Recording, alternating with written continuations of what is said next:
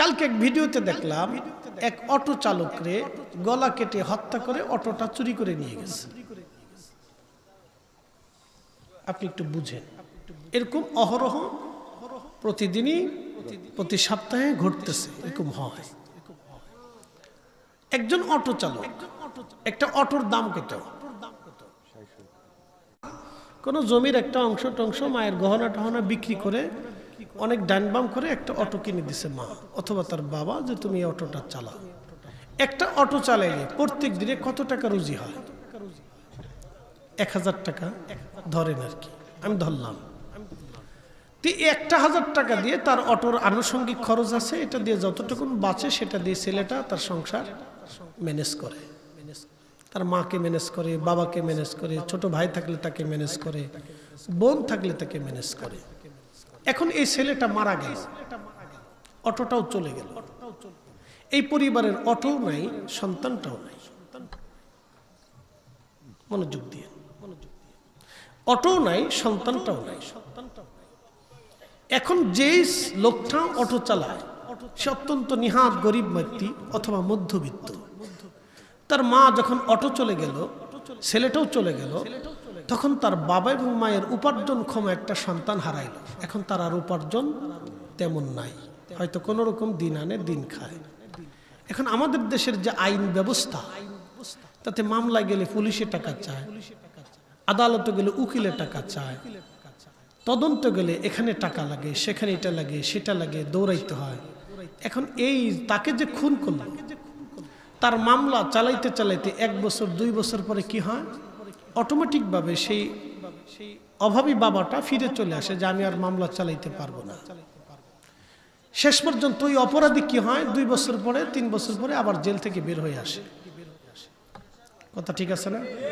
কিন্তু আল্লাহর আইন কি? কাসাস বিল কাসাস, হত্যা করছে তাকে হত্যা করে দাও। কি কথা কর না কেন? হত্যা করেছে হত্যা করো, হত্যা করেছে 3 মাসের মধ্যে ফাঁসি দাও। কি কথা কর না কেন? 3 মাসের মধ্যে ফাঁসি দাও। এটা আল্লাহর রাসূলের আইন, আল্লাহর আইন। যদি এটা বাংলাদেশে বাস্তবায়ন হতো তাহলে বাংলাদেশে আজ এত খুন খারাপি হতো না। কথা বলেন। প্রিয় উপস্থিতি হাজিরিন, খুব মনোযোগের সাথে কথাগুলি শুনবেন। এমন একজনের জীবন ব্যবস্থা যদি আমাদের মধ্যে বাস্তবায়ন হয়, তিনি আমাদের নবী। পৃথিবীতে কোনো অশান্তি হবে না, কোনো বিশৃঙ্খলা হবে না। আর পৃথিবীতে যত মানুষ বলেন, বুদ্ধিজীবী বলেন, সবার বুদ্ধির মধ্যে ভুল আছে, কিন্তু আমার রাসূলের জিন্দেগিতে কোনো ভুল নাই। কথা বলেন ঠিক কিনা? আমার নবীর জীবনের মধ্যে কোনো ভুল নাই। সবার জীবনে ভুল আছে, কিন্তু আমার নবীর জীবনে কোনো ভুল নাই। আছে? একসাথে বলেন আছে। সাক্ষ্য দিয়ে বলেন, এটি ঈমানের সাক্ষ্য। জোরে বলেন আছে, আছে, আছে। আজ পর্যন্ত কেউ কি ভুল ধরিয়ে দিতে পেরেছে? ভুল ধরার পরে কি টিকতে পেরেছে? না, কেউ ভুল ধরাইতে পারেনি। কিয়ামত পর্যন্ত আমরা চ্যালেঞ্জ দিছি, আমার রাসূলের জীবনে কেউ ভুল দেখাইতে পারবে? আমি একটা প্রতিবেদনে দেখলাম যে এক সাধু 40 বছর গোসল করে না। কত বছর? 40 বছর। এখন জাতিসংঘ এটা নিয়ে ধরেন মিটিং বসলো। জাতিসংঘের সমস্ত দেশের প্রধানরা আসলো, বুদ্ধিজীবীরা আসলো, জ্ঞানীগুণীরা আসলো, মুসলিম অমুসলিম খ্রিস্টান ইহুদি সব মিলল। তারা বলল যে ঠিক আছে, আমরা এই সাধুর আদর্শ পৃথিবীতে বাস্তবায়ন করব। আচ্ছা, সে সাধুর আদর্শ পৃথিবীতে বাস্তবায়ন করতে হলে তাহলে পৃথিবীর সমস্ত মানুষকে 40 বছর বিনা গোসলে কাটাইতে হবে। বলেন সম্ভব? একসাথে বলেন সম্ভব? না, জোরে বলেন সম্ভব। আমার রাসূল প্রত্যেকদিন গোসল করাকে সুন্নাহ বলে দিয়ে গেছে। মারহাবা বলবেন না?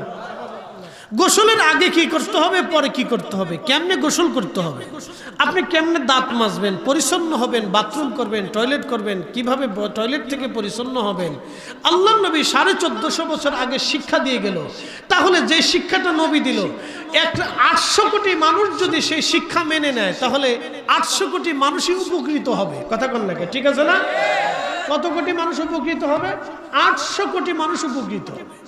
কোনো সন্দেহ নাই। তাহলে এমন একজনের আদর্শ পৃথিবীতে বাস্তবায়ন করতে হবে, যার আদর্শ পৃথিবীতে বাস্তবায়ন হলে সব ধর্মের মানুষ সুখে থাকবে। তিনি অন্য কেউ না, তিনি একমাত্র আমাদের নবী রাহমাতুল লিল আলামিন। কথা বলেন ঠিক না বেটা? কুল ইন কুনতুম তুহিব্বুনাল্লাহ ফাত্তাবিউনি ইউহিব্বুকুমুল্লাহ।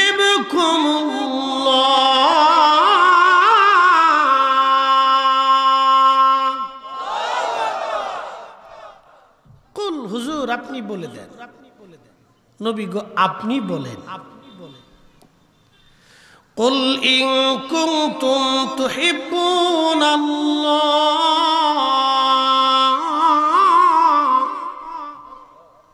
নবী গো আপনি বলে দেন, কেউ যদি আমাকে ভালোবাসতে চায়, আমি আল্লাহর জন্য কিছু করতে চাই, আমি আল্লাহকে মানতে চাই, আমাকে ভালোবাসতে চায়, আমার জন্য জীবন দিতে চায়, আমাকে অনুসরণ করতে চায়, কেউ যদি আমাকে পেতে চায়, চূড়ান্ত তার জীবনের সফলতা আমি আল্লাহকে খুশি করতে চাই। আমাদের প্রত্যেকের জীবনের সফলতা হলো আল্লাহকে খুশি করা। কথা ঠিক আছে না ভাই? আমরা পৃথিবী থেকে চলে যাব কার কাছে? আল্লাহর কাছে না? তাহলে আমাদের সফলতা কি? কাকে খুশি করা? আল্লাহ। আপনি যেই পীরের মুরিদ হন, আপনি যেই পীরের মুরিদ হন, আমাদের সবার উদ্দেশ্য থেকে আল্লাহকে খুশি করা। কথা ঠিক আছে না? আপনি যেই দলের অনুসারী হন, আমাদের সবার উচিত আল্লাহকে খুশি করা। মুসলিম হিসেবে আমাদের সবার দায়িত্ব আল্লাহকে সন্তুষ্ট করা, আল্লাহকে খুশি করা। আমাদের মুসলিম হিসেবে আমাদের সবার দায়িত্ব আল্লাহকে সন্তুষ্ট করা, আল্লাহকে খুশি করা। এটা আমাদের জীবনের সফলতা। আর যদি আল্লাহকে খুশি করতে না পারি তাহলে আমাদের জীবনের ব্যর্থতা। আপনি রাশিয়ার প্রেসিডেন্ট হলেও ব্যর্থতা, আমেরিকার প্রেসিডেন্ট হলেও ব্যর্থতা, জাতিসংঘের মহাসচিব হলেও ব্যর্থতা, বাংলাদেশের প্রধানমন্ত্রী হলেও আপনার জীবনের 4 পয়সা কোনো মূল্য নাই। দুনিয়ার জীবনের সফলতা হচ্ছে আল্লাহকে খুশি করা।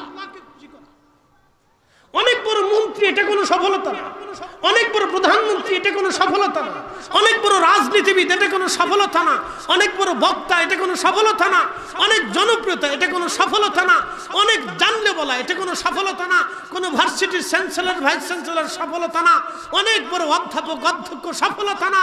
সফলতা হলো আল্লাহকে খুশি করা, আল্লাহর নবীকে খুশি করা। কথা বলেন ঠিক কিনা? মানব জীবনে এর চেয়ে কোনো সফলতা নাই। এটা হলো সবচেয়ে বড় সফলতা, এটা হলো সবচেয়ে বড় সফলতা। এর উপরে কোনো সফলতা নাই। উলাইকা আলা হুদাম মির রাব্বিহিম ওয়া উলাইকা হুমুল মুফলিহুন। আসসালামু আলাইকুম ওয়া রাহমাতুল্লাহি ওয়া বারাকাতুহু। মাগফিরাত। সবাই কেমন আছেন? মাশাআল্লাহ। আমরা যারা দূরে আছি কাছে কাছে আসি, যারা বাইরে আছি সবাই ভিতরে চলে আসি, কেউ বাইরে না থাকি সবাই ভিতরে চলে আসি। নাহমাদুহু ওয়া নাস্তাঈনুহু ওয়া নাস্তাগফিরুহু ওয়া নাউযু বিল্লাহি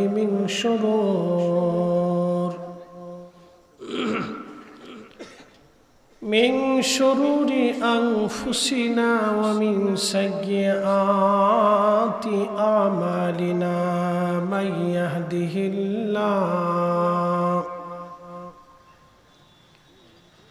ইয়াহদিহিল্লাহু ফালা মুদিল্লা লাহু ওয়া মান ইউদ্লিলহু ফালা হাদিয়া লাহু। ونشهد أن لا إله إلا الله وحده لا شريك له ونشهد أن محمدا عبده ورسوله أرسله بالحق بشيرا ونذيرا وداعيا إلى الله بإذنه وسراجا منيرا أما بعد فقد قال الله تعالى في كلامه المجيد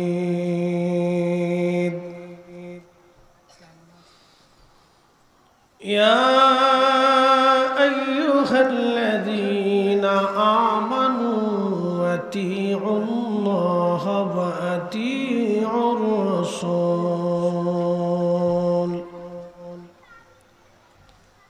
إلى آخر الآية.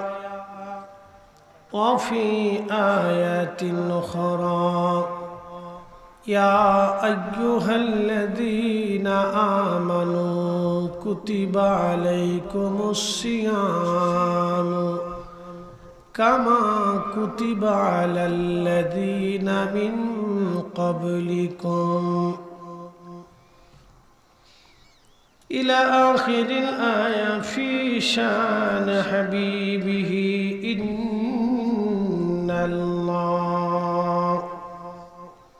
إن الله وملائكته يصلون على النبي يا أيها الذين آمنوا صلوا عليه وسلموا تسليما اللهم صل على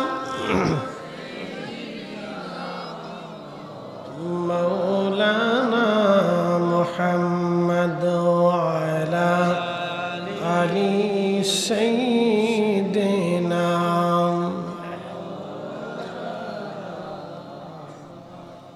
নবীর ইশকে যার দিল ভাই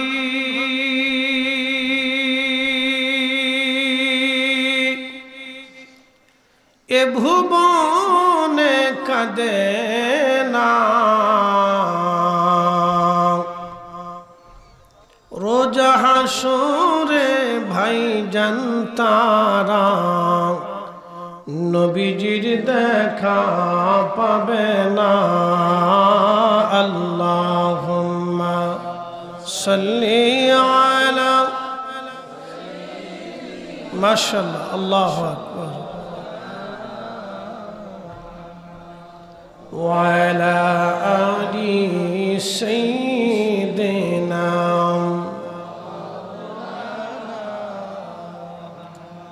বাড়ি বাড়ি কররে মন বাড়ি ঘর তোমার না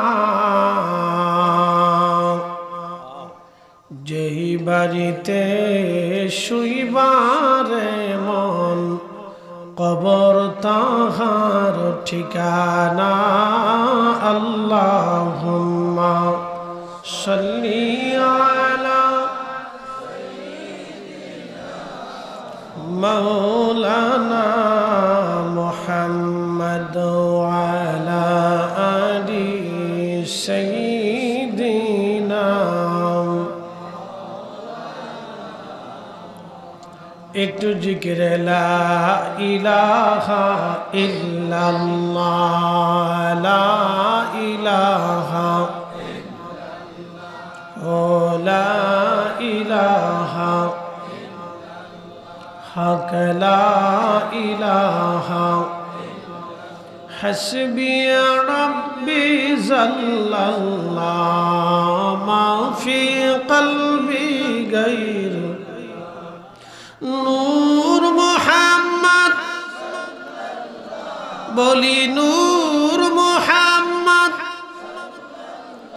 পড়ি লা ইলাহা ইল্লাল্লাহ লা ইলাহা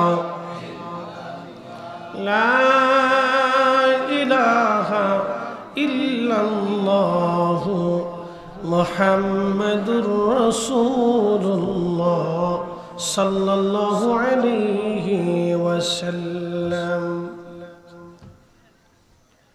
পশ্চিম বুধ পাশা দাখিল মাদ্রাসা ওয়াজ দোয়ার মাহফিলের সম্মানিত সভাপতি জনাব শাহাবুদ্দিন আহমদ চৌধুরী সাহেব, অত্র প্রতিষ্ঠানের সম্মানিত সভাপতি, আজকের কারি ওয়াহিদ আলী সাহেব, অত্র প্রতিষ্ঠানের সম্মানিত সহসভাপতি, এবং জনাব ইলাইস মিয়া সাহেব, ওয়াজ পরিচালনা কমিটির সম্মানিত সভাপতি, জনাব উদ্বোধক আলহাজ হযরত মাওলানা আব্দুল জব্বার সাহেব, দারুস সুন্নাহ ইসলামিয়া মাদ্রাসার সম্মানিত অধ্যক্ষ, আজকের প্রধান বক্তা বিশিষ্ট ইসলামিক চিন্তাবিদ হযরত মাওলানা আব্দুল্লাহ আল মোমিন সাহেব ঢাকা, এবং বিশেষ আমন্ত্রিত অতিথিবৃন্দ, এলাকার গণ্যমান্য ব্যক্তিবর্গ, জনাব মাওলানা জামাল আহমদ সাহেব, অত্র মাদ্রাসার সম্মানিত সুপার,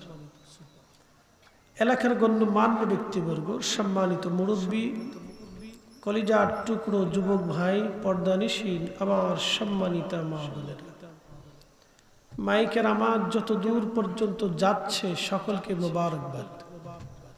শুকরিয়া সে আল্লাহর দরবারে যিনি আমাদেরকে বহু মানুষের ভিতর থেকে আজকে পছন্দ করে বাছাই করে তার বেহেশতের বাগানের মেহমান হিসেবে আল্লাহ কবুল করেছে। আমাদের বাড়িতে সাধারণত আমরা সামাজিক অনুষ্ঠান করে থাকি, খাতনার অনুষ্ঠান, এরপরে অলিমার অনুষ্ঠান, আকিকার অনুষ্ঠান, বিভিন্নভাবে মানুষ সামাজিক অনুষ্ঠানগুলি করে। তো এই সামাজিক অনুষ্ঠানে আপনি কাকে দাওয়াত করবেন সেই জন্য আপনি বাড়িতে একটা লিস্ট তৈরি করেন, কে আসবে না আসবে আগে একটা লিস্ট করেন, কাকে দিতে হবে বা কাকে নির্বাচিত করবেন। তো বাড়ির অনুষ্ঠানগুলিতে নির্বাচিত করার জন্য আপনি একটা লিস্ট তৈরি করেন যে আপনি কাকে মেহমান করবেন। তা আমরা আজকে আল্লাহর বেহেশতের বাগানে কিন্তু সবাই আজকে আমরা আল্লাহর মেহমান। সুবহানাল্লাহ বলা যাবে না? আমরা কার মেহমান? আল্লাহর মেহমান। এই কথা যদি কেউ বুঝে তাহলে সে মাহফিলের ভিতরে বসবে যে আমরা আজকে আল্লাহর মেহমান। আল্লাহ রাসূল বললেন, সাহাবীরা তোমরা যেখানে জান্নাতের বাগান পাও সে বাগানে বসো, ফারতাউ, তোমরা সে বাগানে বিচরণ করো। তো সাহাবে কিরাম বলেন, মা রিয়াজুল জান্নাহ ইয়া রাসূলুল্লাহ, নবী গো বেহেশতের বাগান কি?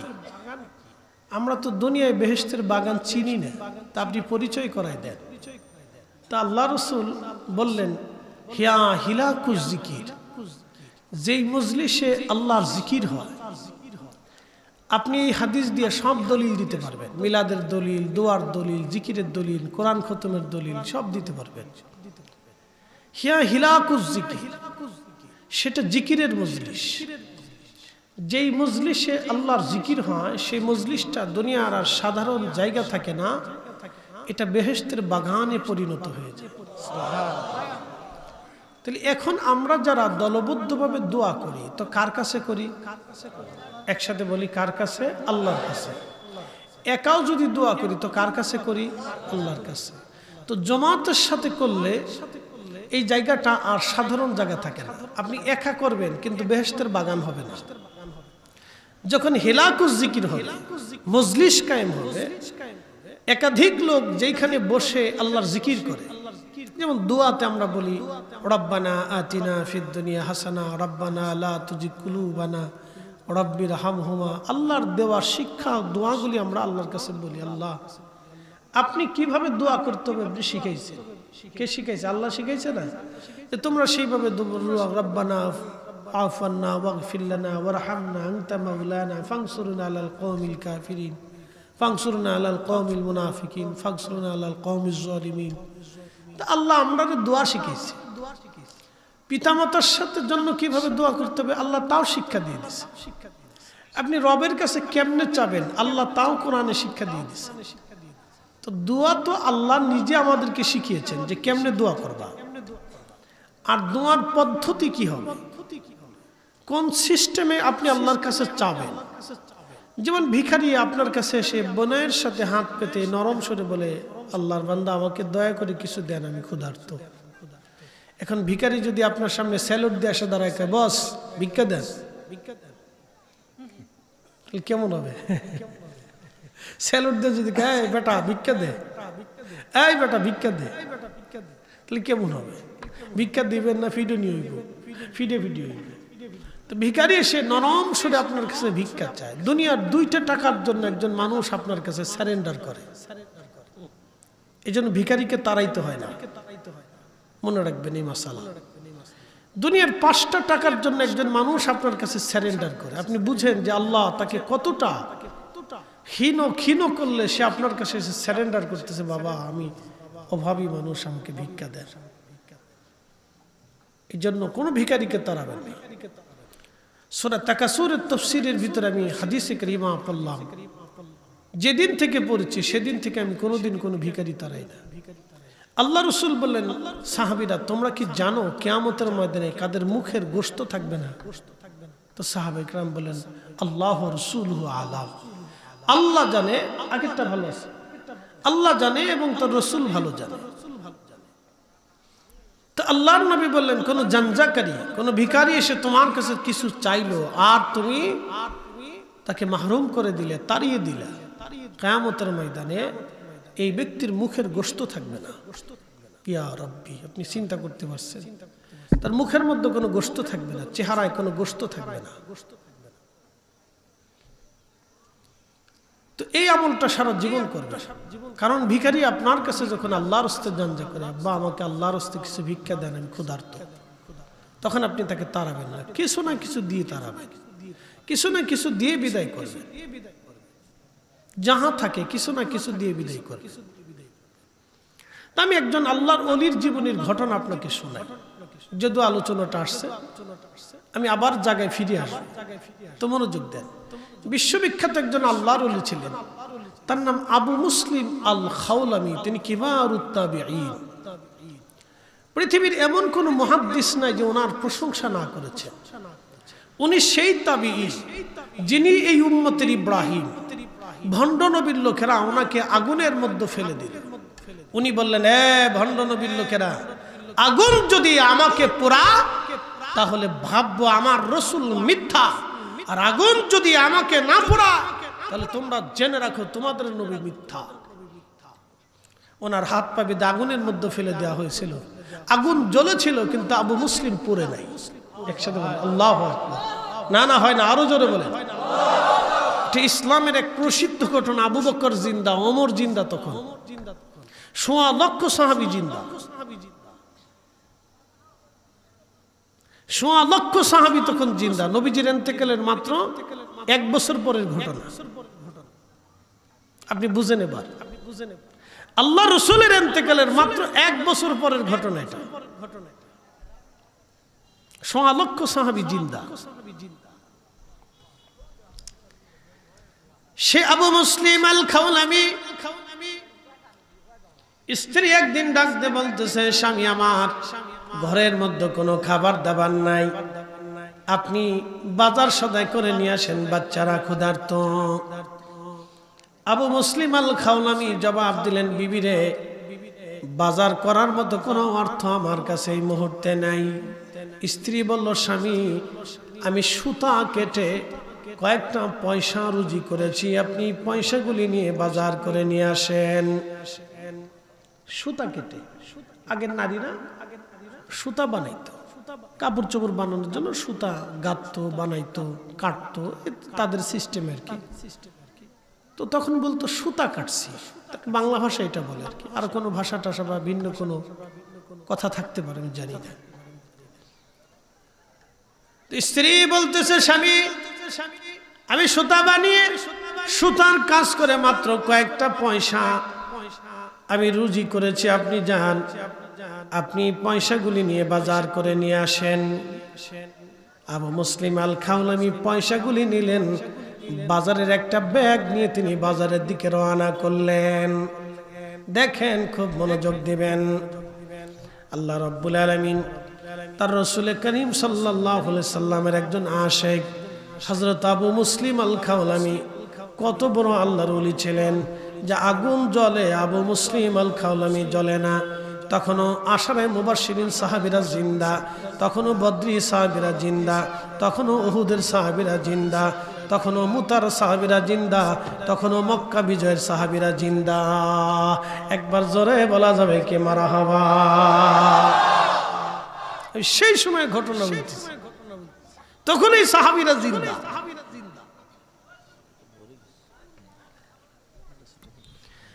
হযরত আবু মুসলিম আল খাওলামি বাজারে চলে গেলেন। তিনি বাজারে যখন চলে গেলেন, বাজারে চলে যাওয়ার পরে আবু মুসলিম আল খাওলামি রাহমাতুল্লাহ আলাইহি দোকানে যে আটার দাম জিজ্ঞেস করতেছে। এমন সময় এক ভিখারি এসে হাত বাড়ায় বলল, হুজুর আপনি দয়া করে আমাকে কিছু ভিক্ষা দেন, আমি ক্ষুধার্ত বড় অভাবী, আমাকে তাড়াবেন না, আমাকে কিছু না কিছু দয়া করে ভিক্ষা দেন। একটু জবান খুলে দুরূদ শরীফ পড়ে আর একটু আগায় আগায় বসি।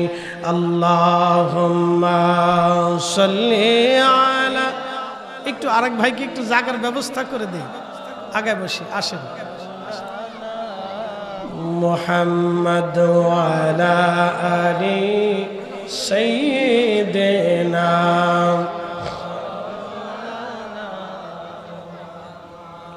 তুমি আল্লাহর প্যারা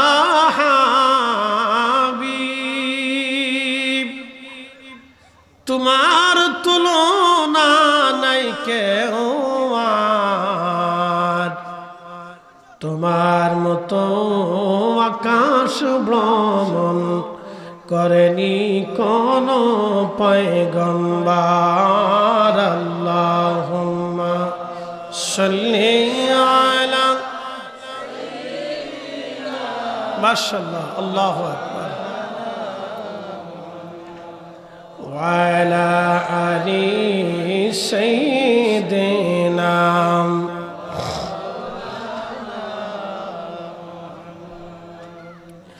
হযরত আবু মুসলিম বাজারে চলে গেলেন। আটার দোকানে দাঁড়ায় দাঁড়ায় দোকানদারের সাথে দাম দর জিজ্ঞাসা করতেছেন। এমন সময় ভিখারি এসে বলল, হুজুর আপনি আমারে ভিক্ষা দেন, আমি বড় অভাবী, আমারে তাড়াবেন না, আমাকে দয়া করেন, আমি ক্ষুধার্ত, আপনি দয়া করে আমাকে ভিক্ষা দেন, আমি বড় ক্ষুধার্ত। কোন ব্যক্তি যদি আপনার কাছে এসে বলে বাপ আমি ক্ষুধার্ত, তাহলে অবশ্যই আপনি তাকে খাবার দিবেন, কখনো তাড়াবেন না। যদি কোনো ব্যক্তি এসে বলে বাপ আমি ক্ষুধার্ত, বাবা যে আমি ক্ষুধার্ত, আমাকে খাইতে দেন, তাহলে তাকে তাড়াবেন না, তাকে আপনি ক্ষুধার্ত তাড়িয়ে দেবেন না, অবশ্যই কিছু না কিছু তাকে খাবার আপনি দেবেন। আল্লাহ কোরআনে বললেন, ওয়া আম্মাস সাইলা ফালা তানহার, নবী গো আপনি ভিখারিকে তাড়ায় দিবেন না, আপনি জানজাকারীকে ধমক দিবেন না, ভিক্ষুককে ধমক দিবেন না। ইয়া রাসূলুল্লাহ আপনি উম্মতকে শিখান, আপনার উম্মত যেন ভিক্ষুকরে ধমক না দেয়, আপনার উম্মত যেন ভিক্ষুকরে তাড়ায়া না দেয়। জোরে বলা যাবে কি আল্লাহু আকবার। পৃথিবীতে ইসলামের মতো এত সুন্দর জীবন ব্যবস্থা আপনি কোথাও খুঁজে পাবেন না। কি কথা কন না, পাবেন? পাবেন, আপনি আমাকে দেখান তো কোথাও আছে, দেখান, পাবেন না। আমি আপনাকে বলি, আমি কোনো ধর্মের নিন্দা করব না, শুধু বিশ্লেষণ করব। আমি কোনো ধর্ম সম্পর্কে কটূক্তি করব না, কারণ প্রত্যেকের যার যার ব্যক্তিত্ব ধর্ম তার তার কাছে প্রিয়। কথা ঠিক আছে না ভাই? যেমন আমাদের যারা জামাত ইসলাম করে, যদিও ভুল থাকে হলেও তারা তাকে এটা পছন্দ করে। কথা ঠিক আছে না? যারা আওয়ামী লীগ করে, বিএনপি করে, জাতীয় পার্টি করে, যে যে রাজনীতি করে, ভুল থাকলেও ভুল হলো তার নেতা অপরাধ করলো, কয় না এটা আমার দল, ঠিক আছে না, দলের সমর্থন করে। আচ্ছা, আমরা যারা পীরের মুরিদ আছি, পীরের দরবারে ভুল হলেও আমরা কই না আমারটা আমার ভালো, ঠিক আছে, ভুল হয়েছে কিন্তু ভালো। কথা ঠিক আছে না? আমি যে দরবারে আছি, আমরা তো বলবো না যে আমরা 100% পিওর, বলার সুযোগ আছে? নাই, ভুল ত্রুটি আছে। আমরা কিন্তু মহব্বত থাকে, প্রত্যেকের দিকে কি থাকে? মহব্বত থাকে। একজনের বাবা যদিও বেনামাজি হয় কিন্তু সে তার বাবা। কথা ঠিক আছে না? একজনের বাবা সে যদি বিড়ি সিগারেট খায়, মদ পায়ও হয়, তারপরে সন্তানের সামনে বাবা সম্পর্কে বাজে কথা বললে সন্তানের খুব কষ্ট হয়, তার দিলে ব্যথা পায়। এই জন্য আমি কোনো ধর্ম সম্পর্কে কটাক্ষ করব না, তার যার যার ধর্ম তার তার কাছে খুব প্রিয়, এটা আমি জানি। আমি কোনো ধর্ম সম্পর্কে কটাক্ষ করব না, শুধু আমি একটা প্রতিবেদনে দেখলাম যে এক সাধু 40 বছর গোসল করে না। কত বছর? 40 বছর। এখন জাতিসংঘ এটা নিয়ে ধরেন মিটিং বসলো, জাতিসংঘের সমস্ত দেশের প্রধানরা আসলো, বুদ্ধিজীবীরা আসলো, জ্ঞানী গুণীরা আসলো, মুসলিম অমুসলিম খ্রিস্টান ইহুদি সব মিলল। তারা বলল যে ঠিক আছে, আমরা এই সাধুর আদর্শ পৃথিবীতে বাস্তবায়ন করব। আচ্ছা, সে সাধুর আদর্শ পৃথিবীতে বাস্তবায়ন করতে হলে তাহলে পৃথিবীর সমস্ত মানুষকে 40 বছর বিনা গোসলে কাটাইতে হবে। বলেন সম্ভব? একসাথে বলেন সম্ভব? না, জোরে বলেন সম্ভব। আমার রাসূল প্রত্যেকদিন গোসল করাকে সুন্নাহ বলে দিয়ে গেছে। মারহাবা বলবেন না? গোসলের আগে কি করতে হবে, পরে কি করতে হবে, কেমনে গোসল করতে হবে, আপনি কেমনে দাঁত মাজবেন, পরিচ্ছন্ন হবেন, বাথরুম করবেন, টয়লেট করবেন, কিভাবে টয়লেট থেকে পরিচ্ছন্ন হবেন, আল্লাহ নবী 1450 বছর আগে শিক্ষা দিয়ে গেল। তাহলে যে শিক্ষাটা নবী দিল, 800 কোটি মানুষ যদি সেই শিক্ষা মেনে নেয় তাহলে 800 কোটি মানুষই উপকৃত হবে। কথা কোন নাকি? ঠিক আছে না? কত কোটি মানুষ উপকৃত হবে? 800 কোটি মানুষ উপকৃত হবে, কোনো সন্দেহ নাই। খুব মনোযোগ দিন। আরেকজন সাধু, তিনি সারা জীবন উলঙ্গ, ল্যাংটা থাকে। কি থাকে? ল্যাংটা, উলঙ্গ থাকে। এখন বলেন, জাতিসংঘে সব মিটিং বসলো, সারা পৃথিবীর মানুষ আসলো, বড় বড় বিশিষ্টজনরা এসে বসলো যে আমরা ঠিক আছে এই সাধুর আদর্শ পৃথিবীতে বাস্তবায়ন করব। সব দেশ মিলে সিদ্ধান্ত নিল, তাহলে এখন আপনি বলেন পৃথিবীর 800 কোটি মানুষকে উলঙ্গ থাকতে হবে। কি কথা কর না কেন? তাহলে বোঝা গেল এটাও সম্ভব না। তাহলে এমন একজনের আদর্শ মানেন যে আদর্শ মানলে পৃথিবীর সব মানুষ উপকৃত হবে। কি হিন্দু, কি বৌদ্ধ, কি খ্রিস্টান, কি ইহুদি, কে নাসারা, কে শিখ, সমস্ত ধর্মের মানুষ উপকৃত হবে। নবী বললেন মেসাক করতে। মেসাক করলে কি শুধু রসুলের মুখ পরিষ্কার হবে না, আমাদেরটা হবে? তাহলে যে কেউ করলে তারই মেসাক পরিষ্কার হবে। কেউ যদি বাথরুম করার পরে টয়লেট টিস্যু ব্যবহার করে, মাটি ব্যবহার করে, ঢিলা কলম ব্যবহার করে, তাহলে উপকার কি? আমি করলে আমার হবে, আপনি করলে আপনার হবে, হিন্দু করলে হিন্দুর হবে, বৌদ্ধ করলে বৌদ্ধের হবে। কি কথা ঠিক আছে না? সবারই উপকার হবে। এই জন্য আল্লাহ রসুলের আদর্শ যদি কেউ বাস্তবায়ন করে তাহলে সবার উপকার হবে, কারোটাই বাদ যাবে না, সবার উপকার হবে। তো এই জন্য আল্লাহ রসুল একবারে নির্ভেজাল একজন ব্যক্তি, যার আদর্শ সারা পৃথিবীতে বাস্তবায়ন হলে কোনো অসুবিধা নাই। প্রিয় উপস্থিতি, খুব মনোযোগ দিবেন। আমাদের দেশে একদল আছে লালন ভক্ত, তারা লালনের ভক্ত হয়। যেমন আমাদের দেশের বাউল সমাজ, বাউল আছে না? বাউল সমাজ লালনের ভক্ত হয়। তারা লালনের গান গায়, গান শোনে। তাদের ধর্মটাই হলো গান বাদ্য করা, গান গাওয়া, গান শোনা, গান করা, এটাই তাদের ধর্ম। কিন্তু তাদের একটা গুণ আছে, তারা মারামারি করে না, কাটাকাটি করে না, বিশৃঙ্খলা করে না। তারা এই নেশা করে এক জায়গা থাকে, মাজারে সেজদা দেয়, পূজা অর্চনা করে, তাদের গুরু ঠাকুরকে সেজদা দেয়। তারা এইগুলি করে, আবার কিন্তু নেশাবানি করে। এখন আপনারা বলেন, জাতিসংঘে সিদ্ধান্ত নিল আমরা লালনের ধর্মটাকে, লালনের বিশ্বাসটাকে সারা পৃথিবীতে প্রতিষ্ঠিত করব। আচ্ছা আপনারা বলেন, তাহলে মানুষ ধান চাষ দিয়ে গাজার চাষ করা লাগবে? কি কথা বলেন? জোরে বলেন, জোরে বলেন। তাহলে ধান গম চাষ বাদ দিয়ে কি চাষ করা লাগবে? গাজার চাষ করতে। কারণ তারা এইগুলি নেশা পেশা করে। তাহলে এই আদর্শ পৃথিবীতে বাস্তবায়ন করতে হবে। গোসল মোসল অনেক সময় করে না, পাক সাফ হয় না, নিজের অবাঞ্ছিত লোম এগুলি পরিষ্কার পরিচ্ছন্ন করে না।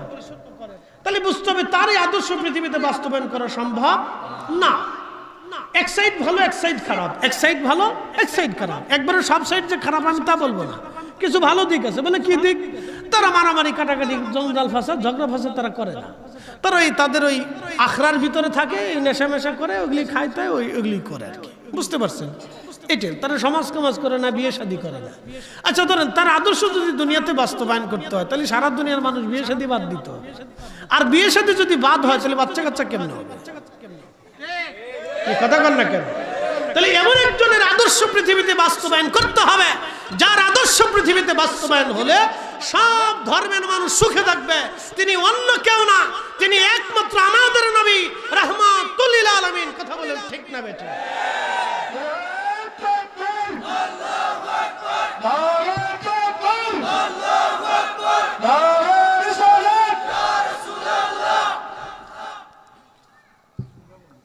প্রিয় উপস্থিতি, রাজনীতি, সমাজনীতি, ব্যক্তিনীতি, পরিবার নীতি কেমনে চলবে, বাচ্চা কেমনে, সংসার কেমনে, দানশীলতা কেমনে, এতিম কেমনে, প্রতিবেশী কেমনে, ছোট বাচ্চাটা কেমনে, ছোটরা কেমন, বড় কেমন, বৃদ্ধ কেমন, মহিলা কেমন, নারী কেমন, বোন কেমন, স্ত্রী কেমন, এই আত্মীয় স্বজন কেমন, কার সাথে কি আচরণ করতে হবে, একবারে হাতে কলমে পুঙ্খানুপুঙ্খ রূপে যিনি আমাদেরকে প্র্যাকটিক্যাল থিওরিক্যাল সব শিখিয়ে দিয়ে গেছেন, তিনি আমাদের নবী। কোনো সন্দেহ নেই, কোনো সন্দেহ নাই। এই জন্য আল্লাহ কোরআনে বলে দিলেন, কুল ইন কুনতুম তুহিব্বুনাল্লাহ ফাত্তাবিউনি ইউহিব্বুকুমুল্লাহ। কুল, হুজুর আপনি বলে দেন, নবী গো আপনি বলেন, কুল ইন কুনতুম তুহিব্বুনাল্লাহ,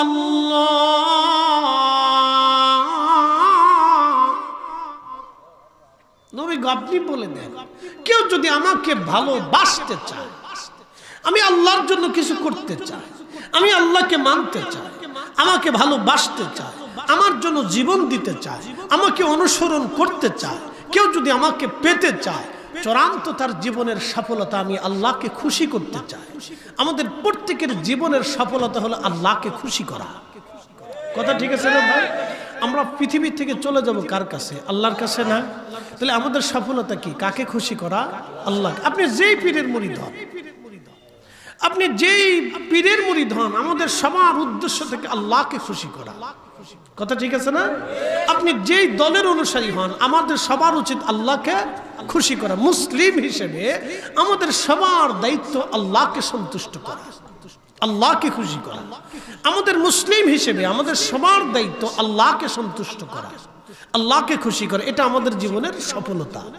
আর যদি আল্লাহকে খুশি করতে না পারি তাহলে আমাদের জীবনের ব্যর্থতা।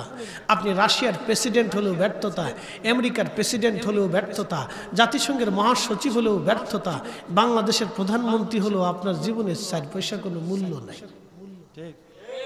বলে হুজুর কারণ কি? বুঝাই। কিয়ামতের ময়দানে সবাই বস্ত্রহীন থাকবে। বাংলাদেশের প্রেসিডেন্ট, ভারতের প্রেসিডেন্ট, রাশিয়ার প্রেসিডেন্ট, চীনের প্রেসিডেন্ট, এই মধ্যপ্রাচ্যের প্রেসিডেন্ট, সৌদি আরবের বাদশাহ, আমেরিকার প্রেসিডেন্ট, ন্যাটোর মহাসচিব, কিয়ামতের ময়দানে সবাই উলঙ্গ থাকবে, বস্ত্রহীন থাকবে। 4 পয়সাও আল্লাহর কাছে মূল্য থাকবে না। কিন্তু কিয়ামতের ময়দানে দরিদ্র, এতিম, মিসকিন, অভাবী, সাধারণ, বস্ত্রহীন, পোশাকহীন, উস্কো খুস্কো চুলদারি ব্যক্তি হালালের জিন্দেগি গঠন করে আল্লাহকে ভয় করে ক্ষমা নিয়ে যদি কবরে যাইতে পারে, কিয়ামতের ময়দানে তার সম্মান হবে সবচেয়ে বেশি। কথা কোন ঠিক কিনা? দুনিয়ার জীবনের সফলতা হচ্ছে আল্লাহকে খুশি করা। অনেক বড় মন্ত্রী, এটা কোনো সফলতা না। অনেক বড় প্রধানমন্ত্রী, এটা কোনো সফলতা না। অনেক বড় রাজনীতিবিদ, এটা কোনো সফলতা না। অনেক বড় বক্তা, এটা কোনো সফলতা না। অনেক জনপ্রিয়তা, এটা কোনো সফলতা না। অনেক জানলে বলা, এটা কোনো সফলতা না। কোনো ভার্সিটির চ্যান্সেলর, ভাইস চ্যান্সেলর সফলতা না। অনেক বড় অধ্যাপক, অধ্যক্ষ সফলতা না। সফলতা হলো আল্লাহকে খুশি করা, আল্লাহর নবীকে খুশি করা। কথা বলেন ঠিক কিনা? মানব জীবনে এর চাইতে কোনো সফলতা নাই। এটা হলো সবচেয়ে বড় সফলতা। এটা হলো সবচেয়ে বড় সফলতা, এর উপরে কোনো সফলতা নাই। উলাইকা আলা হুদাম মির রাব্বিহিম ওয়া উলাইকা হুমুল মুফলিহুন। আমাদের সময়কে সফল হতে হবে, সফল সফল সফল। প্রিয় উপস্থিতি, রবির বাজারের মুসলমান কুলাউড়া না, কুলাউড়া মানে অনেক বড় থানা না? ইউনিয়ন কয়টা? 13টা। বাপরে বাপ, উপজেলা তো অনেক বড়। 13টা ইউনিয়ন, বাড়ি গেছে কথা না। কর্মদা ইউনিয়ন না? প্রিয় উপস্থিতি, খুব মনোযোগ দিবেন। যে কথাগুলি বলছিলাম, আমাদের সফলতা আল্লাহকে সন্তুষ্ট করা, খুশি করা। পৃথিবীতে আপনি যত মানুষের আদর্শ দেখেন, পৃথিবীতে যত মানুষের আদর্শ আপনি দেখেন, কোন আদর্শের মধ্যে শান্তি পাবেন না। সব নিয়মের মধ্যে আপনি ভুল পাবেন, সব নিয়মের মধ্যে আপনি ভুল পাবেন, কিন্তু একমাত্র আমার রসুলের জিন্দেগির মধ্যে কোনো ভুল নাই। আছে? বলে কেমন নাই? আমি একটা আইনে বলি, মনোযোগ দেন। কালকে এক ভিডিওতে দেখলাম, এক অটো চালকরে গলা কেটে হত্যা করে অটোটা চুরি করে নিয়ে গেছে। আপনি একটু বুঝেন, এরকম অহরহ প্রতিদিনই, প্রতি সপ্তাহে ঘটতেছে, এরকম হয়। একজন অটো চালক, একটা অটোর দাম কত? কোন জমির একটা অংশ টংশ, মায়ের গহনা টহনা বিক্রি করে, অনেক ডান বাম করে একটা অটো কিনে দিছে মা অথবা তার বাবা, যে তুমি এই অটোটা চালাও। একটা অটো চালাইলে প্রত্যেক দিনে কত টাকা রুজি হয়? 1000 টাকা ধরেন আর কি, আমি ধরলাম। 1000 টাকা দিয়ে তার অটোর আনুষঙ্গিক খরচ আছে, এটা দিয়ে যতটুকু বাঁচে সেটা দিয়ে ছেলেটা তার সংসার ম্যানেজ করে, তার মাকে ম্যানেজ করে, বাবাকে ম্যানেজ করে, ছোট ভাই থাকলে তাকে ম্যানেজ করে, বোন থাকলে তাকে ম্যানেজ করে। এখন এই ছেলেটা মারা গেল, অটোটাও চলে গেল, এই পরিবারের অটোও নাই, সন্তানটাও নাই। মনোযোগ দিয়ে, অটোও নাই, সন্তানটাও নাই। এখন যেই লোকটা অটো চালায় সে অত্যন্ত নিহাত গরিব ব্যক্তি অথবা মধ্যবিত্ত। তার মা যখন অটো চলে গেল, ছেলেটাও চলে গেল, তখন তার বাবা এবং মায়ের উপার্জনক্ষম একটা সন্তান হারাইল। এখন তার আর উপার্জন তেমন নাই, হয়তো কোনো রকম দিন আনে দিন খায়। এখন আমাদের দেশের যে আইন ব্যবস্থা, তাতে মামলায় গেলে পুলিশে টাকা চায়, আদালতে গেলে উকিলে টাকা চায়, তদন্ত গেলে এখানে টাকা লাগে, সেখানে এটা লাগে, সেটা লাগে, দৌড়াইতে হয়। এখন এই তাকে যে খুন করলো, তার মামলা চালাইতে চালাইতে 1 বছর 2 বছর পরে কি হয়, অটোমেটিকভাবে সেই অভাবী বাবাটা ফিরে চলে আসে যে আমি আর মামলা চালাইতে পারবো না। শেষ পর্যন্ত ওই অপরাধী কি হয়, 2 বছর পরে 3 বছর পরে আবার জেল থেকে বের হয়ে আসে। কথা ঠিক আছে না? কিন্তু আল্লাহর আইন কি? কাসাস বিল কাসাস, হত্যা করছে তাকে হত্যা করে দাও। কি কথা কর না কেন? হত্যা করেছে হত্যা করো, হত্যা করেছে 3 মাসের মধ্যে ফাঁসি দাও। কি কথা কর না কেন? 3 মাসের মধ্যে ফাঁসি দাও। এটা আল্লাহর রাসূলের আইন, আল্লাহর আইন। যদি এটা বাংলাদেশে বাস্তবায়ন হতো, তাহলে বাংলাদেশে আজ এত খুন খারাপি হতো না। কথা বল না। কাসাস বিল কাসাস, হত্যা করছে হত্যা করো। সে মার্ডার করছে, তার গলা কেটে দাও অথবা তাকে ফাঁসিতে দাও। 6 মাস, 3 বছর, 4 বছর, 5 বছর, 10 বছর, এটা কেন?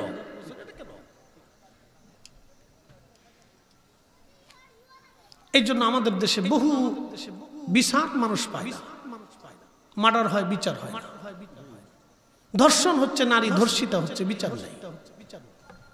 বহু নারী সমাজের ডরে, বিচারের ডরে চিন্তা করলো আমি ধর্ষিত হয়েছি, এত বিচার চাইতে গেলে আমার সমাজে মুখ দেখাইতে পারবো না। শেষে আমাদের দেশের আঞ্চলিক বিচারে কি হয় জানেন? কারো 2 লক্ষ টাকা দিয়ে দাও। লজ্জা করে না? যারা বিচার করে ওদের লজ্জা করা উচিত।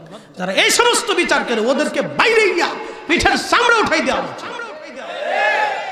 বলে হুজুর কারণ কি? কেন এই বিচার হবে? এই নারী ধর্ষিতা হলে তার ধর্ষণের মূল্য কি 2 লক্ষ টাকা নাকি? আপনি বলেন। এই জন্য রাসূল করিমের সুন্নাহর জীবন ব্যবস্থার উপরে পৃথিবীতে কোনো সুন্দর ও উত্তম জীবন ব্যবস্থা হতে পারে না। কথা কন না কেন? ঠিক কি? একবারে সহজ ভাষা, সহজ ভাষা। আইন দেশের যত শক্ত ও দেশের শান্তি তত বেশি। আইন দুর্বল ও দেশের শান্তি দুর্বল। এই জন্য সৌদি আরবে যাবেন, কোনো ঝামেলা নাই, রাত ৩টা-৪টা ঘুরে বেড়াবেন মরুভূমির পাশ দিয়ে, কেউ জিজ্ঞাসা করবে না। প্রিয় উপস্থিতি হাজিরিন, খুব মনোযোগের সাথে কথাগুলি শুনবেন। এমন একজনের জীবন ব্যবস্থা যদি আমাদের মধ্যে বাস্তবায়ন হয়, তিনি আমাদের নবী। পৃথিবীতে কোনো অশান্তি হবে না, কোনো বিশৃঙ্খলা হবে না। আর পৃথিবীতে যত মানুষ বলেন, বুদ্ধিজীবী বলেন, সবার বুদ্ধির মধ্যে ভুল আছে, কিন্তু আমার রসুলের জিন্দেগিতে কোনো ভুল নাই। কথা বলেন ঠিক কিনা? আমার নবীর জীবনের মধ্যে কোনো ভুল নাই। সবার জীবনে ভুল আছে, কিন্তু আমার নবীর জীবনে কোনো ভুল নাই। আছে? একসাথে বলেন আছে। সাক্ষ্য দিয়ে বলেন, এটি ইমানের সাক্ষ্য। জোরে বলেন আছে। আছে, আছে। আজ পর্যন্ত কেউ কি ভুল ধরিয়ে দিতে পেরেছে? ভুল ধরার পরে কি টিকতে পেরেছে? না, কেউ ভুল ধরাইতে পারেনি। কিয়ামত পর্যন্ত আমরা চ্যালেঞ্জ দিছি, আমার রাসূলের জীবনে কেউ ভুল দেখাইতে পারবে? কেউ ভুল দেখাইতে পারবে না। প্রিয় উপস্থিতি হাজিরিন, খুব মনোযোগ দিবেন।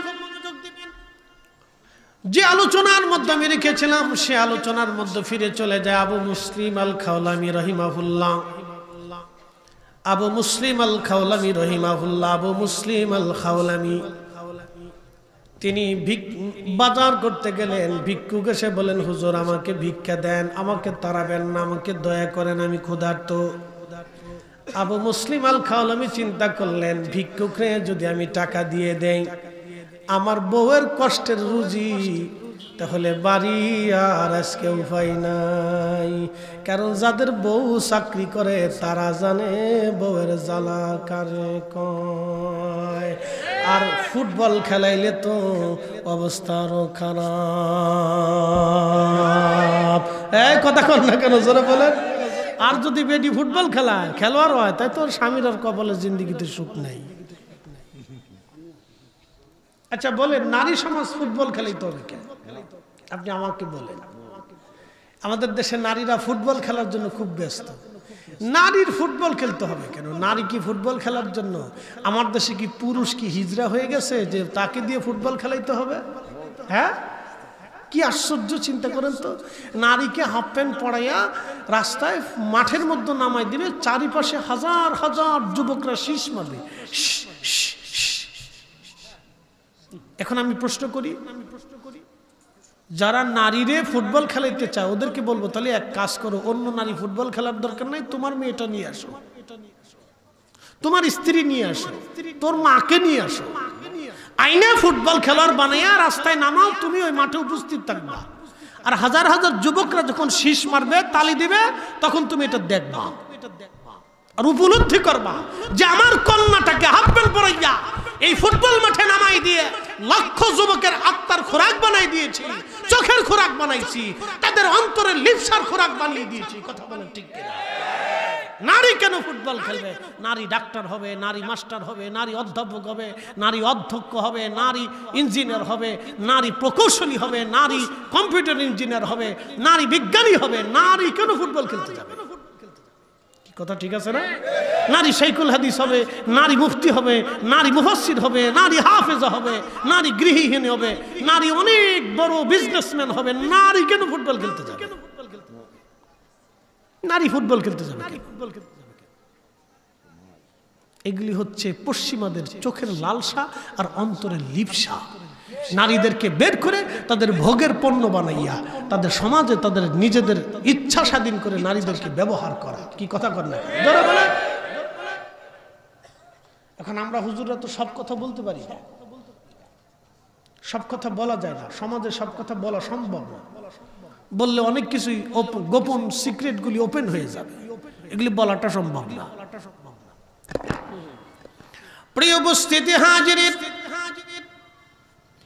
হযরত আবু মুসলিম